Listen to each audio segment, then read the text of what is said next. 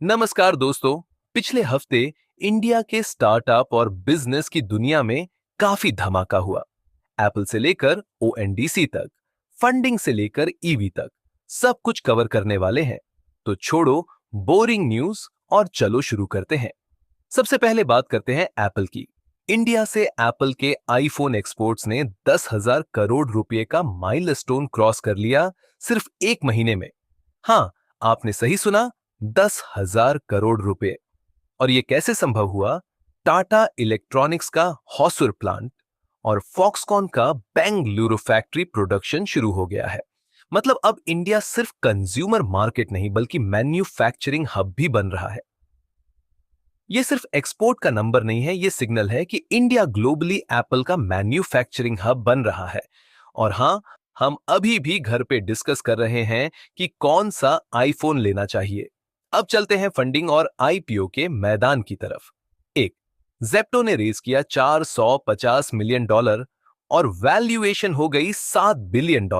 और सोचो, फाउंडर सिर्फ 19 साल के हैं। उम्र क्या, टैलेंट क्या, ये दिखा रहा है कि इंडिया के युवा सिर्फ इंस्टाग्राम रील्स नहीं बनाते।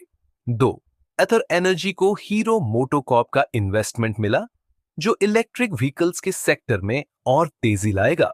तीन, टाटा कैपिटल और एलजी इलेक्ट्रॉनिक्स आईपीओ का बज है।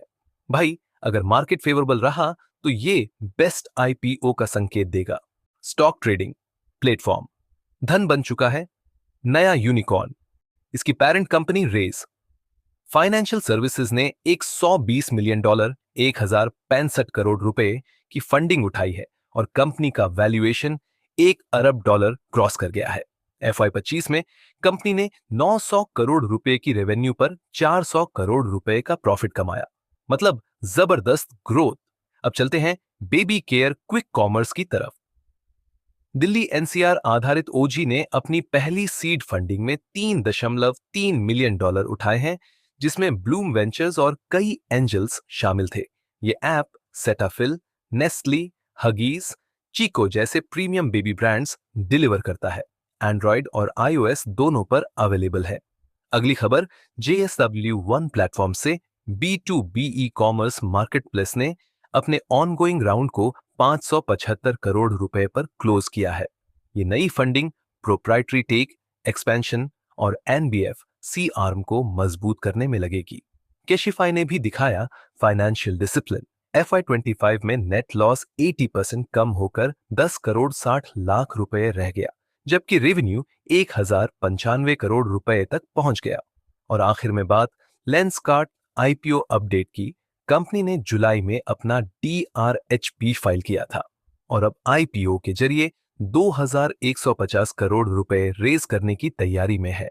कंपनी ऑफलाइन एक्सपेंशन पर भी जोर दे रही है। सिर्फ कोको स्टोर्स के लिए 864 करोड़ रुपए एलोकेट करने वाली है।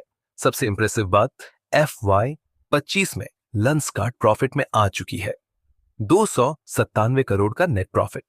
फंडिंग नंबर इतने हाई हैं कि आप सोच रहे होंगे ये पैसा ऐसे ही हवा में उड़ रहा है, लेकिन सच ये है कि इन्वेस्टर्स अब इंडिया के स्केलेबल स्टार्टअप्स को सीरियसली देख रहे हैं। ओएनडीसी और स्विगी जोमाटो का शॉडाउन। ओएनडीसी ने पब्लिक मार्केटप्लेस ओपन किए और स्विगी जोमाटो थोड़ी टेंशन में है। स्विगी और जोमाटो सोच रहे होंगे हमने इतना डिस्काउंट दिया और अब सरकार फ्री डिलीवरी भी दे रही है। ओएनडीसी का लक्ष्य है मार्केट में ओपन नेटवर्क क्रिएट करना। ये लॉन्ग टर्म में स्विगी जोमेटो को एडॉप्ट या इनोवेट करने के लिए पुश करेगा। तो स्टार्टअप्स और कंज्यूमर्स दोनों का इंटरेस्ट यहां अलाइन है। अब थोड़ा ग्लोबल और थोड़ा ईवी की तरफ। एक, यूपीआई अब यूएई, सिंगापुर और फ्रांस में एक्सपैंड हो रहा है। मतलब इंडिया का digital payment system globally recognised हो रहा है। ये हमारे फिनेटेक का प्राइड मोमेंट है। दो, टेस्ला इंडिया अभी एंट्री कर रहा है, लेकिन टाटा ईवीज ने डोमेस्टिक मार्केट में डोमिनेंस दिखा दिया है। भाई, लगता है इंडिया अब ईवी का रियल प्लेग्राउंड बन रहा है। ये ट्रेंड इन्वेस्टर्स और कंज्यूमर्स दोनों के लिए इंपॉर्टेंट है। डोमेस्टिक ईवी एडॉप्शन और ग्लोबल पेमेंट इंटीग्रेशन दोनों ही इंडिया की इकोनॉमी और टेक इकोसिस्टम के लिए पॉजिटिव है। अब बात करते हैं टेक और आईटी की। एआई और ऑटोमेशन की वजह से कुछ कंपनियों ने लेऑफ्स अनाउंस किए, लेकिन दूसरी तरफ अपस्किलिंग और एआई लर्निंग बूम है। मतलब अगर आप एडॉप्ट हो गए तो अपॉर्चुनिटी है, वरना सिर्फ टेंशन। ये बिल्कुल वैसे है जैसे कॉलेज के लास्ट सेमेस्टर। जो पढ़ाई करेगा वही डिग्री लेकर निकलेगा।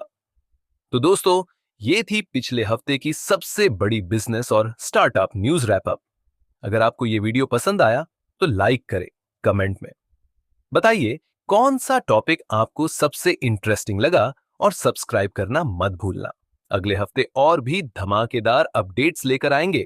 तब तक के लिए स्मार्ट बनिए और मार्केट ट्रेंड्स को फॉलो करते रहिए।